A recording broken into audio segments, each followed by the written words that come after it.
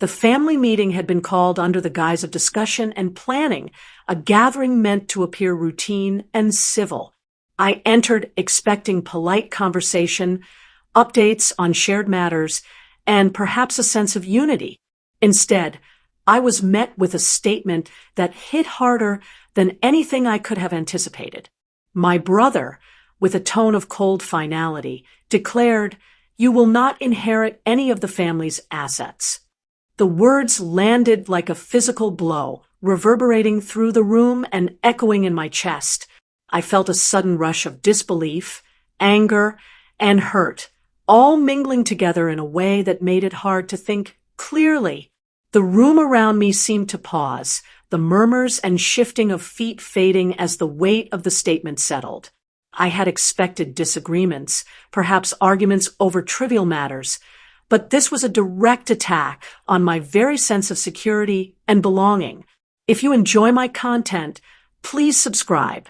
Your one tap truly motivates me to keep creating for you. Shock gave way to a controlled calm. I had long learned that immediate reaction could be weaponized against me. Any visible display of anger, hurt, or panic would only serve as confirmation of their power and control. Instead, I breathed deeply, cataloging every expression, every glance, every nuance in tone. This wasn't just about money. It was about hierarchy, respect, and manipulation, and I would not allow a moment of impulse to dictate the outcome. I considered the implications. The inheritance represented not just assets, but recognition, acknowledgement, and a certain legitimacy within the family. Denying it was a clear signal that my position, my contributions, and even my presence were undervalued. Yet within that denial, I felt the stirrings of determination. The meeting, the statement, the deliberate exclusion, it all became fuel. I would not allow their decision to define my worth or limit my opportunities. As the meeting continued with perfunctory discussions and gestures of false civility, I observed quietly, noting patterns, alliances, and the subtle ways my brother expected others to reinforce his authority. Each word, each movement became part of a larger map I was constructing, a blueprint for navigating, countering, and ultimately reclaiming my agency. They believed they had delivered a decisive blow, but in reality, they had only ignited a quiet, methodical resolve. By the time the meeting adjourned, I was calm, measured, and already planning. The declaration of exclusion would not be the end. It would be the beginning of a carefully orchestrated response. I would ensure that what they assumed was a final judgment became instead a catalyst for a reversal they never anticipated. After my brother's declaration, the family dynamic shifted subtly but unmistakably.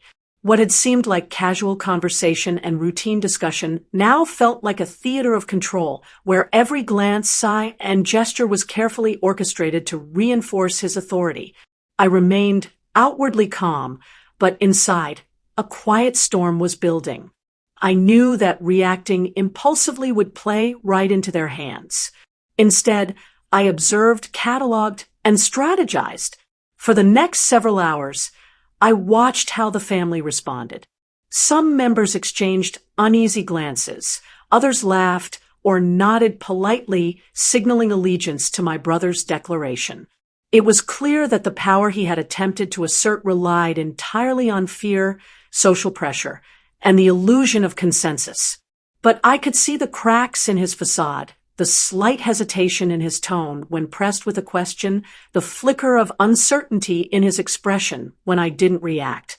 I spent the evening quietly gathering information, mentally noting every alliance, every bias, and every opportunity to counteract the narrative.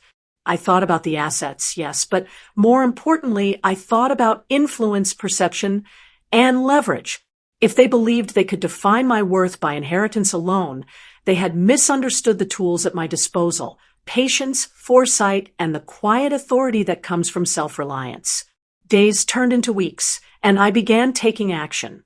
I reached out to professional contacts and financial advisors I had long neglected, consolidating knowledge, and resources that gave me power independent of family approval. Every meeting, every discussion, every small success became a reminder that their attempt to exclude me was merely symbolic. It held no real sway over my ability to create, build, or influence. Then came the turning point. During a casual family gathering, one of my cousins mentioned a plan my brother had orchestrated to redirect certain assets to himself and his allies. I listened quietly, absorbing every detail, and waited for the right moment. I realized that the key was not confrontation, but demonstration, showing the family that competence, initiative, and control were not bound by what my brother dictated. I began executing a series of subtle but deliberate moves. I invested in opportunities the family had overlooked, secured partnerships and contracts that increased my independence, and cultivated influence among family members and outsiders alike. Each action, while not overtly confrontational, shifted perceptions quietly yet undeniably. My brother's earlier display of dominance started to crumble, replaced by questions, doubts, and the subtle recognition that his authority was conditional and fragile. By the end of several months, the cumulative effect was undeniable. What had begun as a statement of exclusion, "You will not inherit," had turned into an opportunity for me to assert my autonomy, to demonstrate capability, and to command respect on my terms. The family had tried to define my place and limit my power, but in doing so, they had underestimated the potential for self-reliance and strategic thinking to override their imposed hierarchy. The stage was now set for the final act. I had positioned myself not just as someone who could reclaim what they tried to deny me, but as someone whose presence, judgment, and authority could not be ignored. The decision my brother had made in arrogance had unknowingly created the conditions for a reversal that would be precise, impactful, and undeniable. The day of reckoning arrived quietly, without fanfare or dramatic confrontation. The family gathered, expecting the same old dynamics, unaware that the tide had shifted. I entered with calm assurance, carrying the weight of months of strategy, preparation, and self-reliance. The assets my brother had tried to claim exclusively were no longer the measure of power. They were merely a backdrop to the authority I had quietly cultivated. As the discussion began, I spoke with clarity and confidence, laying out my accomplishments, my financial independence, and the initiatives I had undertaken without any support from them. The room shifted. Eyes widened, whispered glances exchanged, and my brother's earlier bravado faltered. His attempts to dominate, to assert control, were met with quiet authority and unshakable presence. Every word I spoke subtly reminded the family that competence and respect were earned, not granted by inheritance or favoritism. By the end of the gathering, the balance of perception had irrevocably changed. My brother's declaration, intended to humiliate and exclude, had become irrelevant.